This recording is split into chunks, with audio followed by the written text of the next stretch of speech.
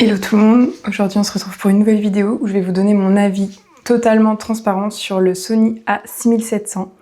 Ça fait maintenant 3 mois que j'utilise, donc je vais vous dire un peu comment ça s'est passé, les points positifs et les points négatifs. C'est parti. Donc comme je l'ai dit, ça fait 3 mois à peu près que j'utilise. J'ai utilisé pour mes voyages, j'ai utilisé pour faire des shootings pour des clients, pour des copines aussi pour faire des shootings, et puis je filme globalement à peu près tout ce que je fais. Et avant d'acheter cet appareil, j'utilisais un Nikon, j'avais le Nikon D3100, donc bien plus ancien, et sur lequel on pouvait pas faire de vidéo. Enfin, on pouvait, mais la qualité elle était vraiment affreuse, il n'y avait pas de stabilisateur, enfin il y avait rien. Alors que le Sony que j'ai là, donc le A6700, il y a un stabilisateur interne. Et ça, c'est le premier point trop bien de cet appareil, c'est que tu peux le prendre en voyage sans avoir de stabilisateur externe, genre les DJI, etc. Donc ça veut dire que je peux l'emporter partout et que je vais pas avoir un poids énorme dans mon sac avec tout le matériel. Donc ça, c'est top. Par contre, le point négatif par rapport à ça, c'est que le stabilisateur est pas non plus exceptionnel. On n'est pas sur un iPhone. On est vraiment sur un stabilisateur de base, donc ça va stabiliser quand on zoome pas trop.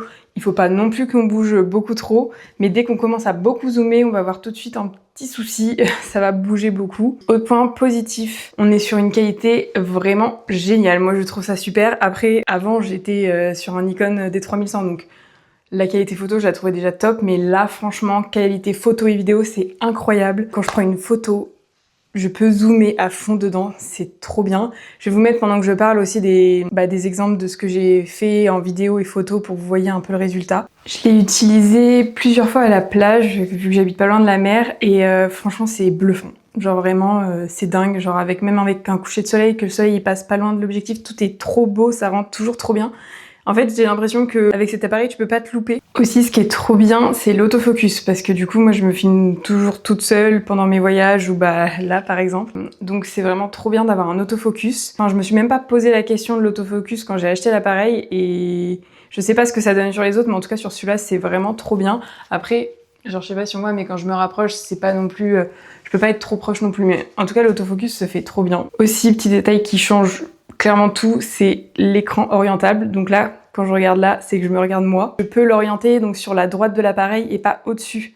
Et j'ai vu que sur d'autres appareils, quand c'était au-dessus, le problème c'est que là par exemple j'ai un micro, et du coup suffisait de mettre un accessoire, on se voyait plus. Donc là ils l'ont mis sur la droite, ce qui est vraiment hyper pratique parce que j'ai jamais été gênée. La prise en main elle a été plutôt facile aussi. Les menus sont globalement faciles à trouver. Après aujourd'hui avec ChatGPT clairement, c'est très simple de trouver tout ce dont on a besoin. J'ai fait mes réglages à l'aide de vidéos YouTube et de ChatGPT quand j'avais des problèmes. Franchement, ça se fait hyper bien, il n'y a aucun souci là-dessus. Ce qui est hyper pratique aussi, c'est qu'on peut transférer nos photos directement sur notre téléphone. Il y a une application, je sais plus comment ça s'appelle, c'est App Creator, un truc comme ça. Creators App. Et donc en fait, il suffit de connecter son appareil à son téléphone. Et quand on est en Wi-Fi, on peut se les envoyer directement. Donc ça, c'est trop bien. Ce qui aurait été trop cool, c'est de pouvoir le faire sans Wi-Fi. Mais là, je pense que j'en demande un petit peu trop. Bien, après, sinon, moi, j'ai acheté un adaptateur pour téléphone où je mets directement ma carte SD sur le téléphone. C'est très bien aussi. Mais franchement, ça, c'est pas mal ce côté où on peut s'envoyer nos vidéos directement en Wi-Fi. Alors pour l'autonomie de l'appareil, franchement, j'ai jamais eu de problème. Après, je filme pas hyper longtemps. Là, quand je filme ce genre de vidéo, je filme 15 minutes max d'affilée. Et franchement, j'ai eu aucun souci, jusque-là en tout cas. Après, je compte, par exemple, pour mon voyage au Kyrgyzstan, je compte acheter des batteries de rechange comme ça, j'ai pas besoin de recharger, j'enchaîne les batteries. Mais jusque-là, franchement, très très bien l'autonomie. Et aussi, l'autre point positif, c'est qu'il est hyper polyvalent, donc c'est un appareil hybride, mais en fait, il va être trop bien, que ce soit pour la vidéo et la photo, comme je l'ai dit tout à l'heure.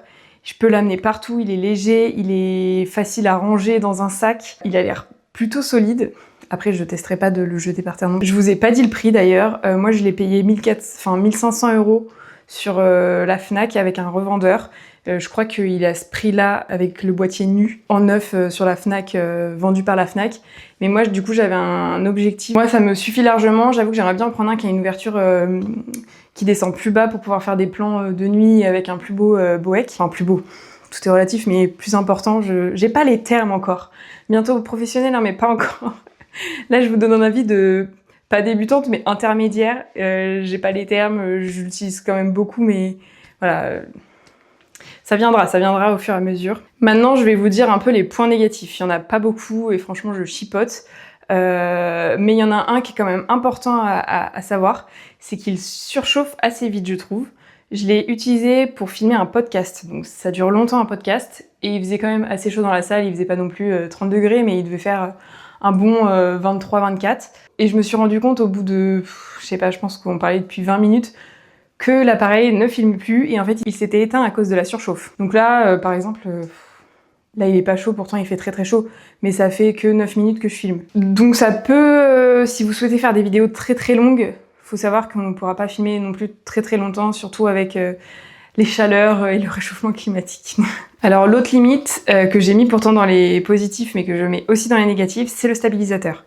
C'est très bien, mais ça suffit pas si on veut un rendu vraiment hyper stabilisé comme on retrouve sur les caméras d'action ou sur les iPhones. Franchement, c'est un bon début, ça suffit, mais moi j'aimerais bien que ça stabilise un peu plus.